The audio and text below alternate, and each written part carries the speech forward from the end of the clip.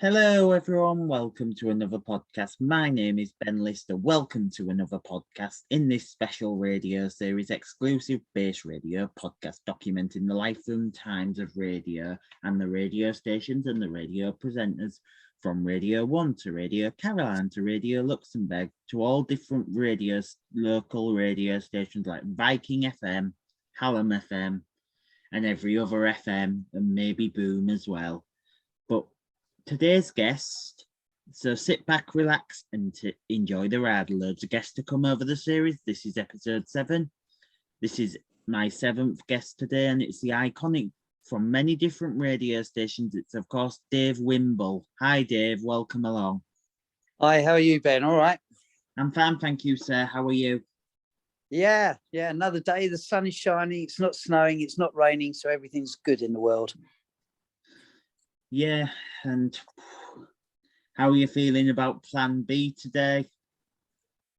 Well, obviously, working in radio, the pandemic brought more and more people to our station than ever before because we was able to give them information. I think the country and the world in general are a little bit down over the possibilities of more action and more lockdowns, but we've just got to take it on the chin and get on with it, I guess. Yeah, we have, yeah. And 8 questions, that's good. 8 questions about your broadcast career, if that's okay. Go for it. Let's start with number 1, then, shall we? Number 1, where did you start your broadcast career? I was always into radio, listening as a child, grew up listening to Radio Luxembourg. But for me, my great hero was Kenny Everett. I almost stalked him when I was about 16, just leaving school. Met him at Capital Radio, outside Capital Radio, asked him if I could interview him. He then said, why don't I come back the next day and go into studio with him? Went into studio and he basically offered me a job as a assistant, broadcast assistant as it was there. So Kenny Everett, my hero, got me into radio. And then from there, I followed him to the BBC. Nice. Is that Kenny Everett, the legendary Kenny Everett, who was the architect of the radio? Well, for me, he was probably the DJ that most other DJs admired the most. He was doing things that nobody else was doing, his editing, his production work. You know, most people say that for every good hour of radio, you'll put an hour of preparation into. In Kenny's case, it might be as much as 4 hours preparation for 1 hour. And I got into radio on the technical side as a technical operator. He taught me how to do the old-fashioned editing using a razor blade and tape. It's just a shame he's not with us now because in this digital age, I just think he'd have been phenomenal.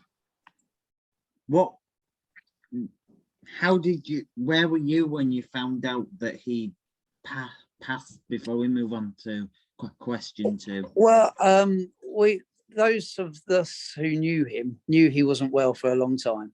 It was very similar and in the same time frame as Freddie Mercury, who was a great friend of his. So I saw him about a month before he passed, and we knew he wasn't well. But I was actually in New York when I heard that he passed away, and it was just like a great whole of my life gone. And even to this day, he's still my inspiration. And do you ever hear his voice in the back of your mind? There's things that I do, especially on my breakfast show, that when I say it, I think, oh, that was a bit Kenny-esque. And one of with the TV side of what he did, which I wasn't involved with that at all, but he had Barry Cryer write lots of his material for him. Well, Barry's a very good friend of mine. And sometimes Barry listens to my breakfast show on Deluxe Radio, and he'll send me a message or an email after the show saying that was very Kenny, which was I've always believed that you don't try and copy somebody's style, but you be influenced by it. So when people say that about my style, that's the biggest compliment I could ever have. Brilliant.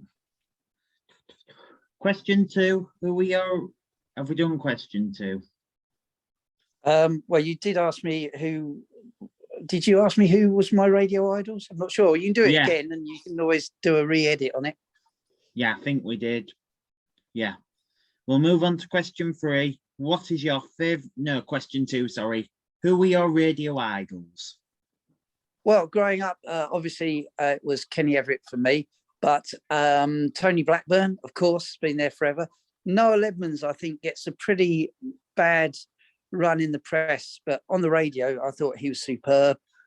Johnny Walker, Bob Harris, again, somebody that's been around forever. I've just listened to his audio autobiography, and he's had some real highs and lows, but again, he was doing it all for the right reasons. He loved the music, and he wanted to know more about the music and the people presenting it. And I think for me, that's what's important about radio. They always say that, you know, radio is better than TV because the pictures are better, because it's an intimate relationship between the broadcaster and the listener. And no two listeners are the same. They each get something totally different out of the broadcasting. Brilliant. Question 3. What is your favourite part about being a broadcaster? Well, I'll tell you the one thing I don't like about being a broadcaster, and that's getting up sometimes 5 o'clock in the morning to go to the studio, especially when it's raining or snowing. For me, on Deluxe, and why we've set Deluxe up, it's all about being allowed to do whatever the DJ wants. We don't have any playlists. Nobody tells us what we can play, when we can play it. We're not restricted with commercials that break up the flow of the show. And for me, I think it's when I start my breakfast show at the moment at 7 o'clock, I've already got about 6 or 10 emails waiting for me, and people using the live messenger to interact with the show. And it's a bit like doing a live broadcast at a venue where people can come up and actually ask you to play something, and you can put it on there and then, which unfortunately with some of the global and Bauer stations, you just can't do that anymore. Yeah, that's brilliant. Yeah. And we'll move on to question 4. What is your greatest achievement in radio? I think for me, the biggest achievement I had was when I left the BBC. I set up a company called Radio Waves. After traveling on the Queen Mary 2 to New York, I realized that the only time they weren't selling you anything was when you was in the cabin. So I went to them with this idea of putting radio stations on board cruise ships. They gave it a break and a trial, and we supplied Cunard. First of all, there are 3 ships: Queen Mary, Queen Victoria, Queen Elizabeth. Then we ended up doing it on P&O ships as well, thourgh cruise ships. And I've just come back from Seattle in America, where we're supplying Windstar cruise ships. So at one point before the pandemic, we had 28 different cruise ships with 28 DJs on those cruise ships, all doing radio. But now it's even more compact because we do it all from the UK, from Central Studio at Maidstone TV Centre.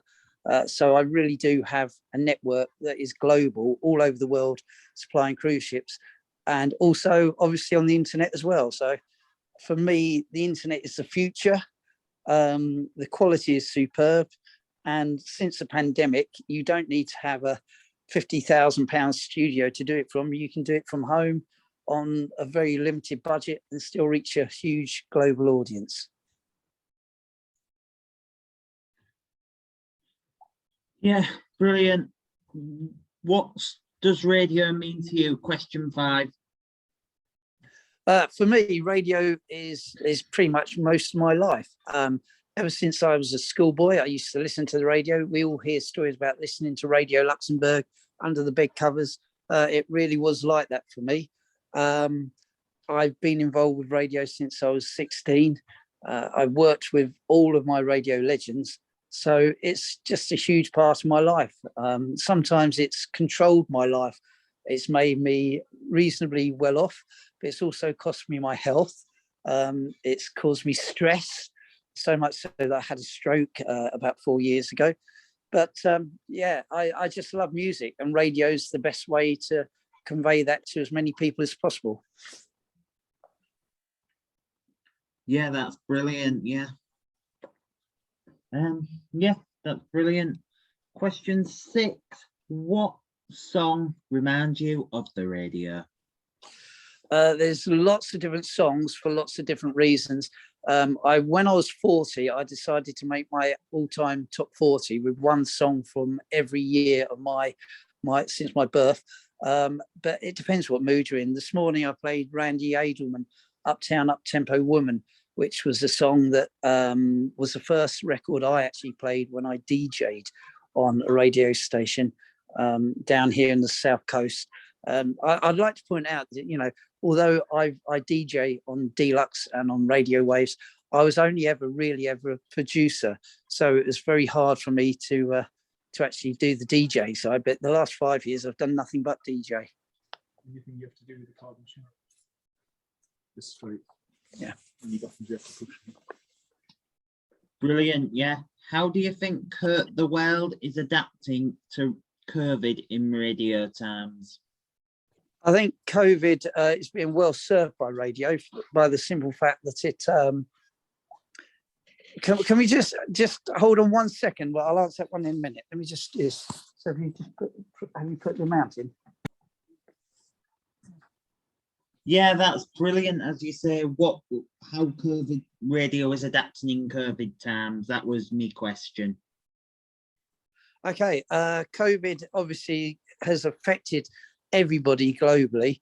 Radio is a great way of getting information out very quickly.